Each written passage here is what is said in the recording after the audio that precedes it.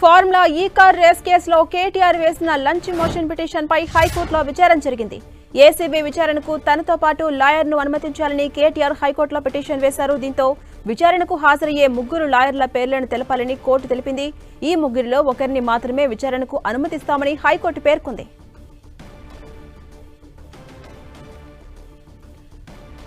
Formula ఈ car race కేసులో కేటీఆర్ వేసిన లంచ్ మోషన్ పిటిషన్ పై హైకోర్టులో విచారణ జరిగింది. ఏసీబీ విచారణకు తనతో పాటుగా లాయర్ను అనుమతించాలని కేటీఆర్ హైకోర్టులో పిటిషన్ వేశారు. దీంతో విచారణకు హాజరయ్యే ముగ్గురు లాయర్ల పేర్లను తెలపాలని కోర్టు తెలపగా ఈ ముగ్గురిలో ఒకరిని మాత్రమే విచారణకు అనుమతిస్తామని హైకోర్టు పేర్కొంది. ఇదే అంశంపై మరింత సమాచారం మా ప్రతినిధి సునీల్ అందిస్తారు. సునీల్, ఫార్ములా ఈ కార్ రేస్ కేసులో రేపు విచారణకు కేటీఆర్ హాజరు కావాలని ఇప్పటికే ఏసీబీ అధికారులు నోటీసులు సర్వ్ చేశారు. అయితే తన విచారణకు వెళ్లేటువంటి సమయంలో తనతో పాటు తన న్యాయవాదిని తీసుకువెళ్లడానికి హైకోర్టు అనుమతి ఆదేశాలు ఇవ్వాలంటూ కూడా కేటీఆర్ ఈరోజు హైకోర్టులో లంచ్ మోషన్ పిటిషన్ దాఖలు చేశారు.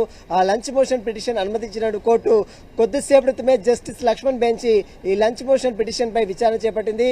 అయితే ఈ విచారణలో కొన్ని కీలక అంశాలు ప్రస్తావించింది. దర్యాప్తు దశలో ఉన్నటువంటి కేసులో ఒక న్యాయవాదిని ఏ విధంగా అనుమతిస్తారు? మేము గతంలోనే కడప ఎంపీ అవినాష్ రెడ్డి కేసులో ఎక్కడ కూడా న్యాయవాదిని అనుమతించలేదు.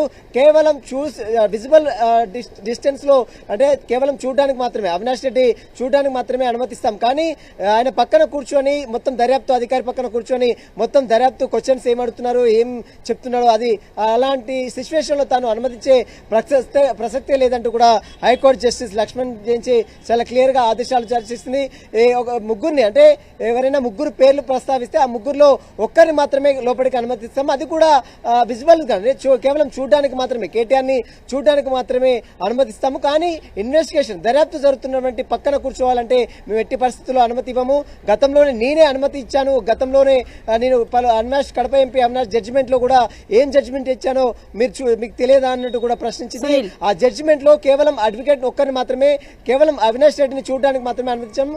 అదే తరలో ఇప్పుడు ఒక ముగ్గురు పేర్లు చెప్తే అందులో ఒక్కరికి మాత్రమే, కేవలం కేటీఆర్ ని చూడడానికి మాత్రమే అనుమతిస్తాము.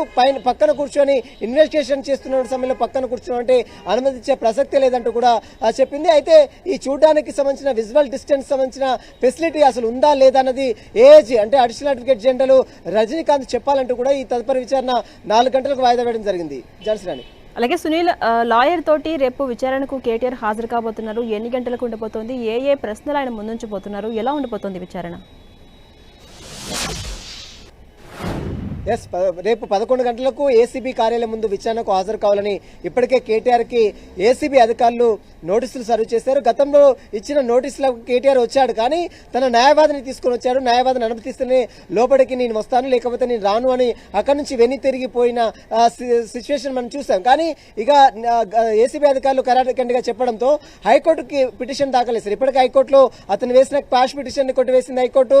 ఈ నేపథ్యంలోనే కనీసం న్యాయవాదిని తనకు అనుమతి ఇవ్వాలి. ఎందుకంటే న్యాయవాది అనుమతి లేకపోతే ఏసీబీ అధికారులు ఇష్టం వచ్చినట్లు తన వాంగ్మూలం నమోదు చేస్తారు కాబట్టి. ఎందుకంటే గతంలో లఘుచర్ల ఘటనలో పట్నం నరేంద్ర రెడ్డి విషయంలో ఏదైతే లేనిపోని ఆరోపణలు చేశారు, లేనిపోని వాంగ్మూలం నమోదు చేశారు కాబట్టి దాని సంఘటన దృష్టిలో ఉంచుకొని తనపై కూడా ఏసీబీ అధికారులు రాజకీయ కక్ష సాధించడంలో భాగంగానే తనపై కూడా అక్రమ కేసులు పెట్టిరు, అక్రమంగా వాంగ్మూలం నమోదు చేస్తారనే భయంతోనే నేను న్యాయవాదిని తీసుకువెళ్తారని కేటీఆర్ చెప్తున్నారు. మరి న్యాయవాదిని మాత్రం ఎట్టి పరిస్థితుల్లో అనుమతించాం, కేవలం చూడడానికి మాత్రమే, అంటే విచారణ జరుగుతుంటే ఆ విచారణ పక్కన ఉన్నటువంటి కేటీఆర్ చూడడానికి మాత్రమే అనుమతిస్తాము. గతంలో అవినాష్ రెడ్డి కేసులో కూడా తాము చూడడానికి మాత్రమే అనుమతించాము. ఇప్పుడు కూడా అదే తరాలో ఒక ముగ్గురు పేర్లు చెప్తే ఆ ముగ్గురులో ఒక్కరిని మాత్రమే న్యాయవాదిని అంటే కేటీఆర్ ని చూడడానికి మాత్రమే అనుమతిస్తాము అని హైకోర్టు చాలా స్పష్టంగా ఆదేశాలు జారీ చేసింది.